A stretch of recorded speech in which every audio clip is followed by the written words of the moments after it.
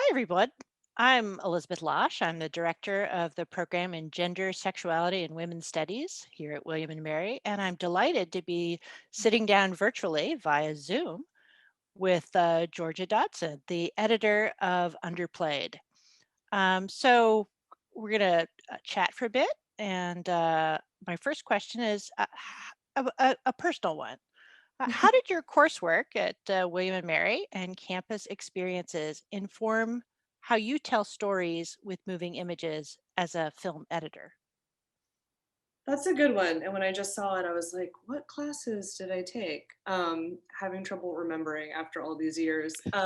But I think overall, I was an English major, and I also majored in LCST, Literary and Cultural Studies, which is what I think that doesn't exist anymore, and it became Media Studies.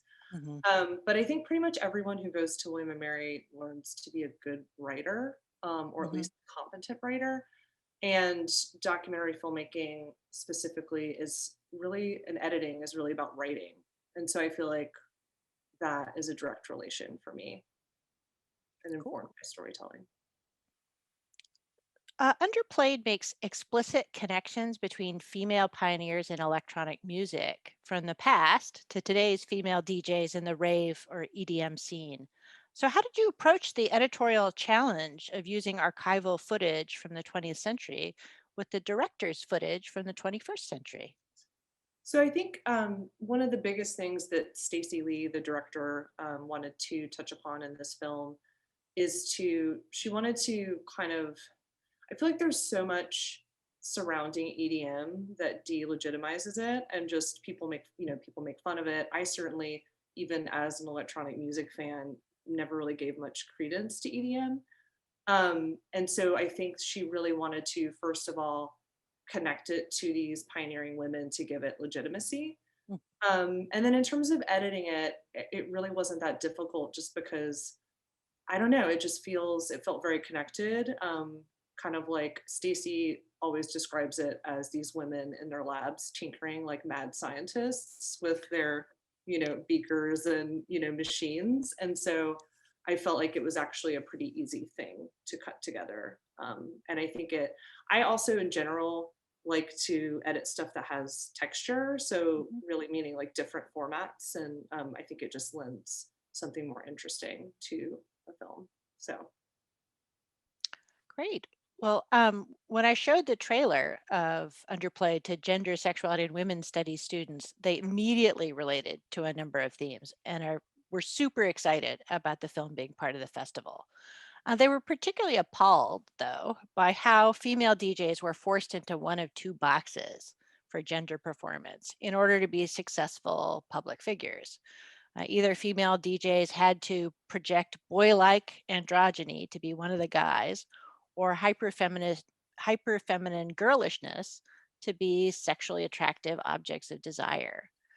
As an editor, you wanted to emphasize these women's accomplishments as artists rather than their physical traits, but you also wanted to provide evidence to support the storyline. How did you approach showing their bodies or clothing in the film? so I think that actually I should give a shout out to Zoe, who was the DP, the director of photography on the film. She shot, I mean, it's, very like wide, cinematic, beautiful shots that I think really exalt the women and kind of show them in this, powerful state. I think that for the most part, that was what was shot. And then in terms of showing, we have a whole section on image, and I think particularly Nervo is a really good example, and probably really the only example of the film of like that kind of using that their sexuality to sell themselves. Mhm. And for that, we actually turned to Instagram and to the internet and just used a lot of posts, and that's actually something that we talk about in the movie as well. Is how problematic the online life is with Mm. that. So yeah, so that's how that came about.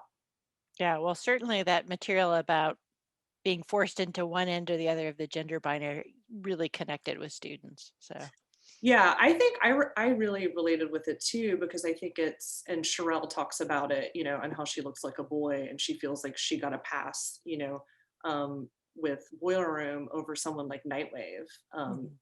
And, I've seen that in my own career with the women that I work with. I don't consider myself to be someone who's like masculine, but I'm 6 feet tall. So Mhm. I've always noticed that in work situations when I'm in an office, I feel like I can get more respect than women that are much shorter than me. Of course, that also applies to men too, Mhm. which is a problem. But yeah, it's a real thing. Yeah. Well, it's a great segue to my next question because Underplayed makes an argument about how technical knowledge in media production is often seen as the natural domain of men, much as other kinds of gender bias exist in science, technology, engineering, and mathematics. So, how did you personally learn the technical knowledge for using digital platforms for editing? How could technical fields in the film industry be similarly more inclusive? So I learned actually at William and Mary. Um, Sharon Zuber was teaching at the time, and I think she's retired now. But she taught an editing lab in the film studies department, and this was like 2001 or 2002. So it was like Final Cut One on on a computer in the basement of, I think it was the Charles Center. And that's what it was called at that time, in the basement of Tucker. I don't know if it's still called that. Mhm.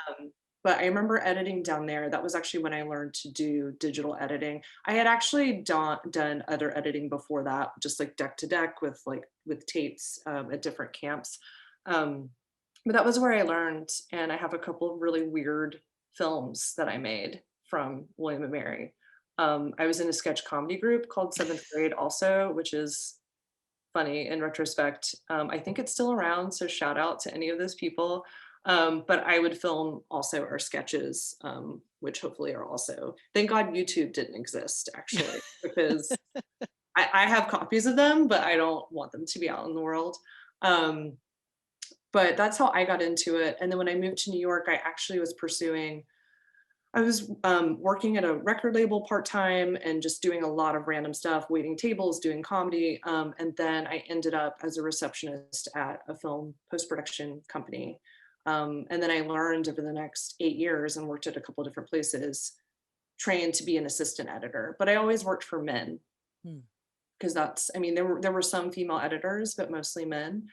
Um, I think I luckily had grown up in a household where my dad was really into computers and didn't treat it differently, and so I had always been really into them. I got to William and Mary with my Tangerine iMac and was like on Napster all day downloading music, so I was like already into tech, but I definitely had a lot of problems in the different places that I worked with men. I mean, there are too many stories to tell, and I think that actually, despite my technological savvy, I think that a lot of women are actually just made to feel like they're not meant to be in the room, Mhm. and oftentimes that translated into you know me not actually moving forward with my career. I mean, honestly, I still excuse me, deal with it, just with, like, showing.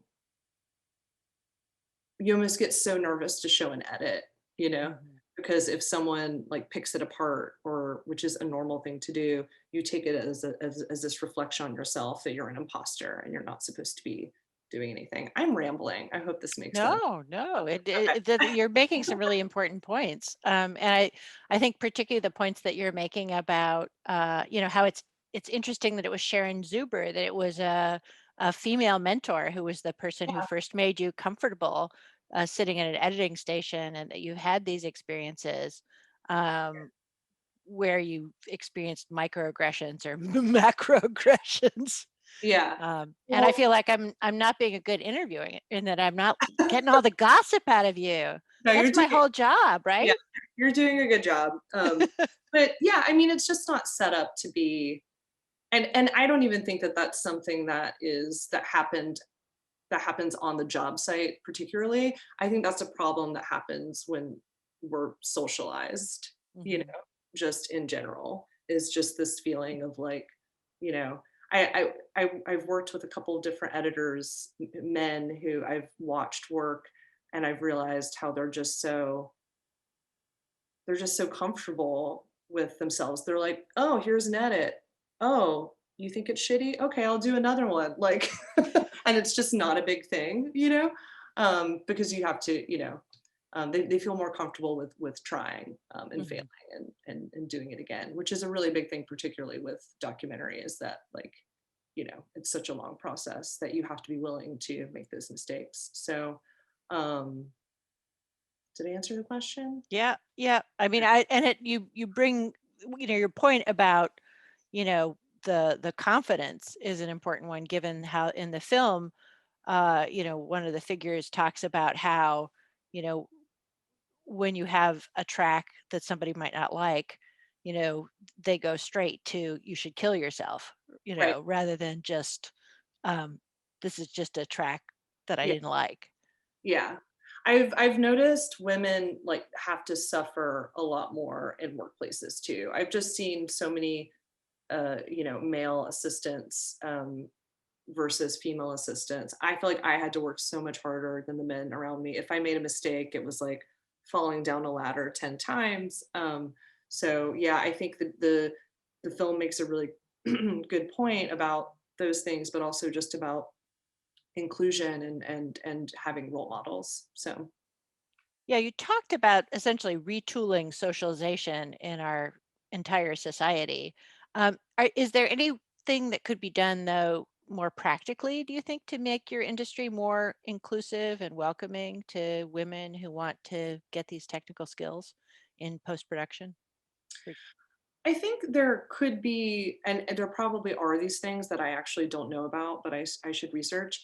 Much like in the film, we have a section towards the end that talks about different, I think Women's Audio Mission. Terry Winston, who's one of the sound engineers interviewed, um, talks about, which is, they train women and girls to, become audio engineers, which is a very underrepresented field. I know one female audio engineer, and Wow. I've been working in this business for like 15 years. Like it's really crazy.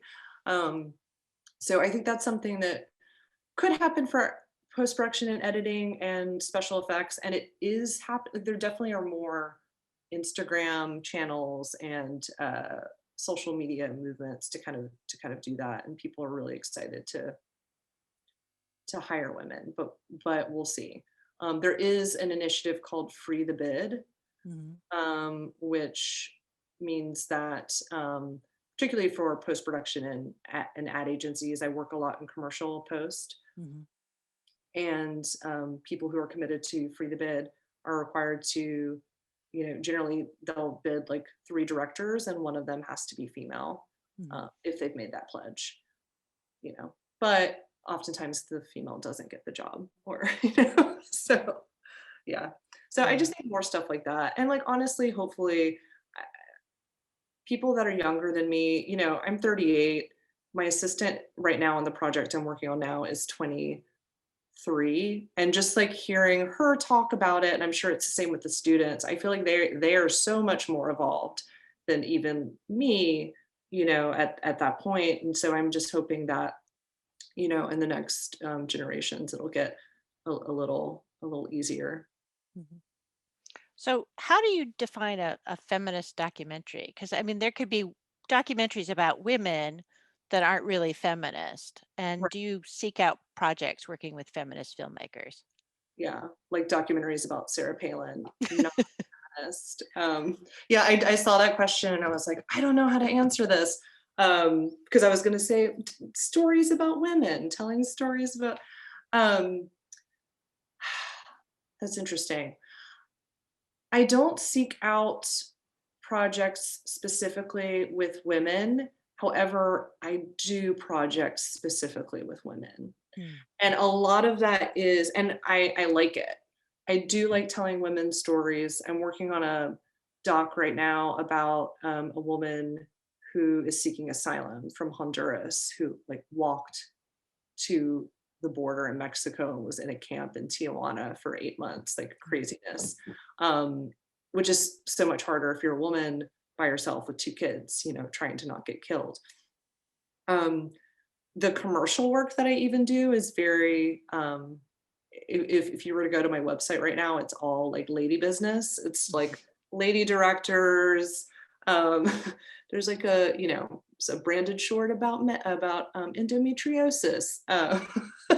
I like doing that stuff. I'm interested in it. I haven't sought it out. That's Mhm, another way that the industry is sexist also, mhm, is that it pigeonholes women into certain categories of filmmaking. And so I don't know what the answer to that is, you know? Obviously, I'm overjoyed that I worked on this film. And what I think is nice about Underplayed is that it feels a little edgier, I think, mhm, than a lot of, movies about women, um, mhm, visually and just with like the music and seeing someone like Rez, who like her music is so harsh, but that's mhm, kind of great for the movie. Um, I think that's nice to see. Um, Pertaining to commercial editing, I had a conversation with a male editor that we worked at the same company several years ago, and he couldn't really understand, excuse me, ooh, not COVID. Um, he didn't seem to agree with me that there was a reason that I have, you know, Dove chocolate commercials on my show reel, like for women, and he's cutting Nike ads. mm. He's like, "What do you mean? There's no difference." And I'm like, "There's a reason this is happening. It's okay. I will happily take this work." But yeah. Did I just ramble? No, Okay. particularly when you were talking about the projects that get, uh, that women get versus the projects that men get for female editors. I have a friend who is an editor who had a pretty amazing experience with Nike that probably cannot be included Oh, in this. It we'll will talk probably off. violate some Yeah. DNA. But at some point, we have to get together in the real world when the film festival is back in person, Yeah. and I will tell you said story over an adult beverage, but it's pretty shocking, That's what how she was treated by Nike, so. yeah. Yikes. Yeah. Well, when you talked about the concert footage and the energy and the dynamism in a lot of that footage, that kind of leads into my next question, which is the concert documentary is a time-worn genre. So how did you cut together the footage from live concerts in order to provide a fresher perspective on the concert experience for popular music fans? So this was an interesting movie because it was getting shot, first of all, while I was editing. So Mm, I started with a bunch of interviews and some of the footage, but Stacy was still out shooting because they shot it during the festival season in 2019. mhm, Um, so I sort of was just starting kind of where I always start, which is in the writing phase and like building out, mhm, all of these stories. For the concert footage, it was really a nightmare because she obviously shot beautiful footage with mhm, Zoe at some of the shows. And then other artists we weren't able to get access to. Allison in Wonderland was one where we actually just got a bunch of pre there were some concerts that were shot separately by a mhm, different a videographer that we got edited. So it was really hard. But mm, what ended up happening, it's also hard, I think, to cut concerts with people just like standing. I mean, even though obviously there's like dynamic things happening, um, it's a lot of concerts mashed together. Like none of mhm, those things are, they're very embellished. I worked with a team of a couple of other editors, which is another thing. I mean, with documentary and often with features, you'll have like multiple editors. And so we were all kind of like delegating parts of this. And we ended up also just like really embellishing sound design and like, doing some kind of because a lot of those concerts too are just like montages into mhm. all of them together. So it was a lot of work. It was kind of crazy, and somehow it got done. Well, it turned out great. That's nice. I tend to find concert documentaries unwatchable, Yeah, but you really, made it visually very compelling. Oh, that's working great. with the Yeah. source footage. Well, I think the nice thing is that it's not even really it's less concert. There's hardly any Mhm. concert in it, which I think is nice. It's just like mostly them talking, but that's good. I'm glad. Well, my last question is sort of takes us up to the present moment because obviously the film shows many crowd scenes in concert venues that can no longer take place in the COVID era. So, how do viewers who are deprived of live music for over a year now react to the film? I don't know because I haven't seen the film out in the world. I did watch it in my house, Mhm. alone That's with my interesting. cats. Um, they loved it. Um, I don't know. I will say just, like, personally, apart from the movie, I pre-COVID went to a lot of live music, and especially after moving to LA. I moved to LA 2 years ago, so from New York City, and was so excited to be here because the venues are a lot bigger. Mhm. I just felt like I was like, "There's space." So I was going to a show a week, and so I'm really struggling with not having that and really missing that um, Mhm. connection to music. So yeah, I don't know. I It'll be interesting to see what it's like going back. Um, yeah, Yeah. Well, hopefully those venues will start reopening, and hopefully we'll see each other in person at on the festival circuit for films as well. And so thank yes, you so much for this conversation. It was really wonderful to get an opportunity not only to see the fabulous film, but to talk to you. And I'm so excited to be able to share this with students at William and Mary. great, yay! I'm glad you liked it, and I hope everyone enjoys the movie. Well, have a wonderful evening, and thank you so much for your time. Bye.